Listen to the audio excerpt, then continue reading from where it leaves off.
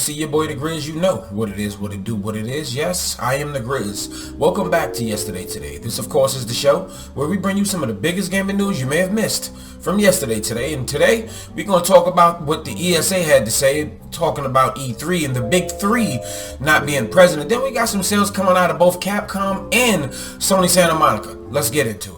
Today I want to talk about Platinum Games and Metal Gear Rising: Revengeance. Now, if you know me and you are a regular viewer of the channel, you know I love those fast-paced action kind of combo style games.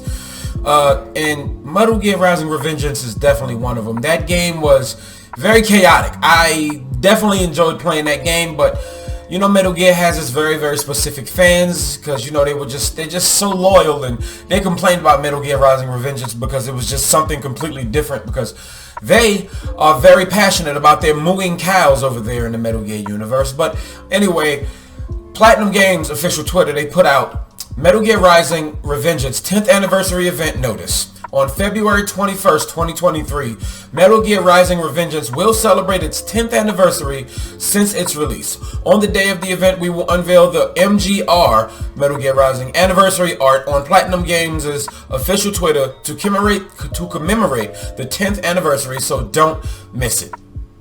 Hey man, I really think they're about to give us a remaster, maybe a remake, just touch it up, whatever. I don't care. I want to play this game. Bring it up to speed. And honestly, if you bring it to PS5 with that haptic feedback and that DualSense controller, I couldn't imagine the amount of craziness. And then, of course, on the power of the Series X, that game was probably like doing too much. It was back in the 360 PS3 era, and people was always wondering if it could go to the Vita around that time. It was a crazy time, and that game was seriously high demanding on like power, and it probably would have murdered the Vita's battery. But I was a pretty big fan of this game back in the day. Were you? Let me know down in the comments. So God of War Ragnarok came out we're just a few days shy of 3 months. But God of War Ragnarok, in just that short time, has sold 11 million copies. Over on Twitter, Sony Santa Monica had said, "We're incredibly humbled that God of War Ragnarok has officially sold through 11 million copies. None of this would be possible without the support of our fans, so thank you for coming on this journey with us." Now, honestly, and I'll be perfectly honest with y'all, I loved Ali World. That's also on PS Plus. I'm getting somewhere. I'm getting somewhere. I loved Ali World, and that was my game of the year for personal reasons, because it was just really fun. But if it wasn't for Ali World, God of War would have been my game of the year. I just continuously play Ali World. I haven't revisited God of War yet, but I will, because they're going to probably be hitting it with some small tidbit and updates. But God of War Ragnarok was the game last year. Top game.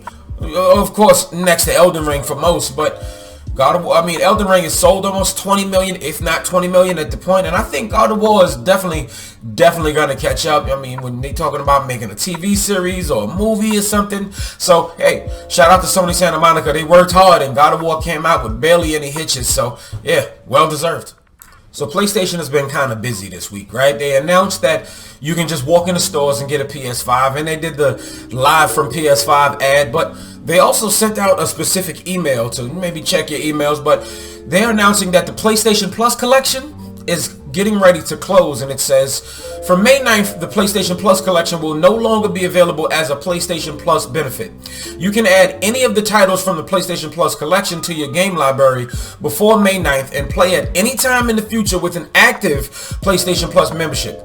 PlayStation Plus game catalog, monthly games, and other existing benefits will not be affected by this change. And they also confirmed that all those games that have leaked, of course, go figure, will actually be for PlayStation Plus. Evil Dead the game, Ali World, my 2022 game of the year, Destiny Beyond Light DLC, and Mafia Definitive Edition. Honestly, all of these games are a huge get. If you already played Destiny and you was waiting maybe for the next DLC to go free on one of these subscription services, here you go. Evil Dead is one of those one versus all kind of monster games, and Ali World is a side-scrolling platforming skateboarding game about where you're just trying to ascend to Nirvana. An awesome game, honestly. You can check out my review. And Mafia is a linear Mafia game. Why not? This is a definitive edition. This is a remake. So why not?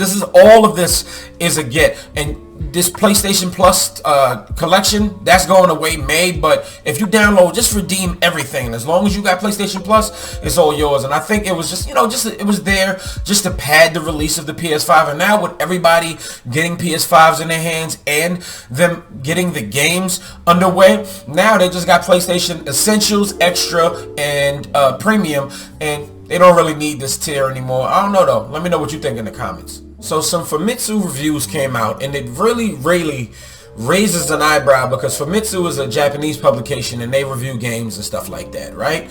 But the thing is, there's a very divisive game in there with a high score, right? So Drainius for Switch, that got 4 8s in the 32 out of 40.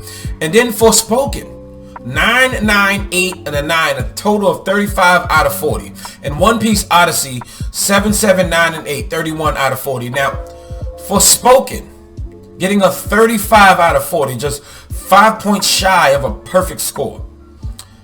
Do they receive it differently in Japan? Are they interested? Like, what is it? Because this has got to be one of the most divisive games that I've seen in recent memory. The critics have been tearing it apart, saying it's just not a good game. And then you got some fans just enjoying it here and there. I even know someone who's been enjoying it.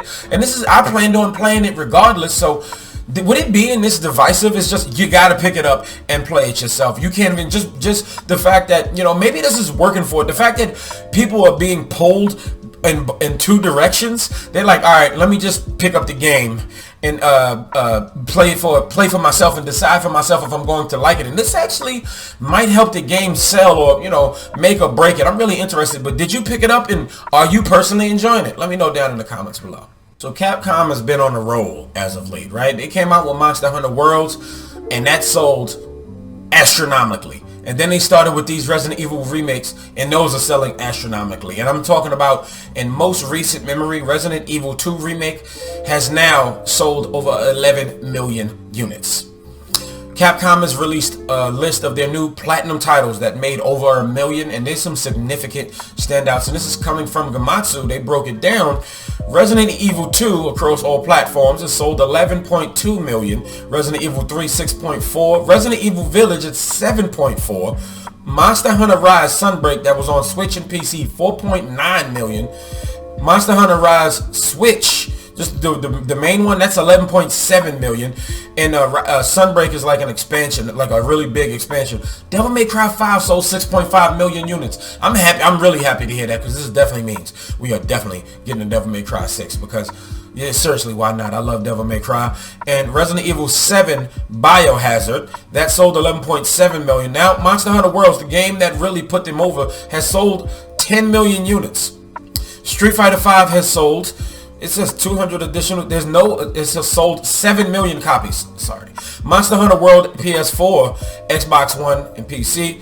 That was the Iceborne originally, that sold 10 million, and then the main Monster Hunter World was 18.6. Now, Devil May Cry HD Collection has sold 1.3 million units. That just lets you know people love Devil May Cry. And Devil May Cry 5, especially on PS5, was definitely fire visually, and then of course the features that went into the controller. But man, Capcom, keep it coming, because this just lets people know that they love Resident Evil, and just they love what Capcom keeps putting out. This year, they got Resident Evil 4, and looking at these numbers, this Resident Evil 4 remake, oh yeah, it's probably going to be right up there with Monster Hunter Worlds. Don't quote me on that, maybe do quote me on that, but it's going to be up there because Resident Evil 4 was the big Resident Evil game that made Resident Evil kind of what it is today, minus 5 and 6.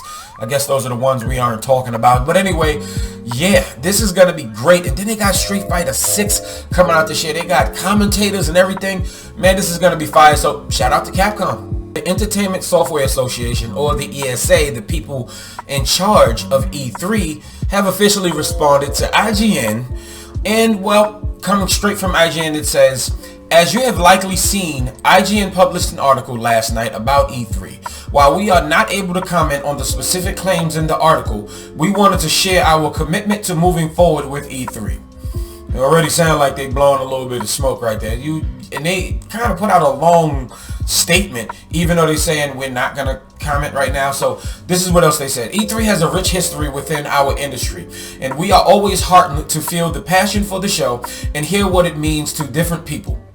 Reviving a trade show after a 3-year hiatus in a global pandemic was always going to have its challenges, which is why we conducted an extensive search in consultation with the ESA member companies to identify the best partner to produce E3.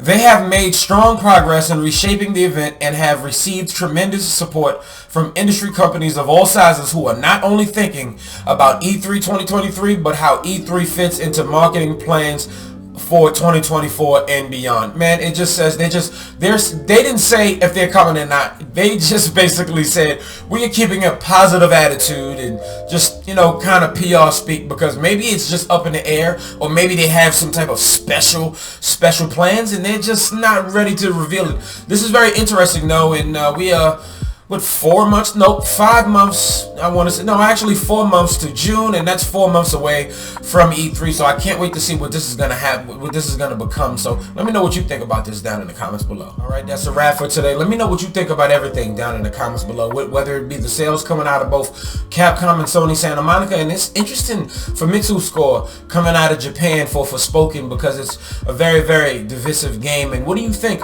about the EA's response, but not a response to the big three not coming to E3 this year? And this is really, really interesting. So let me know what you think about everything in the comments below. Let's have a healthy conversation, especially if you don't like what you hear. But if you did like what you hear, hit that like button, and if you're new, hit that red subscribe button, and then turn on that notification bell so you know when your boy's posting Monday to Friday at 9 a.m. There's your answer. Thank y'all so much for watching, and this video is finito.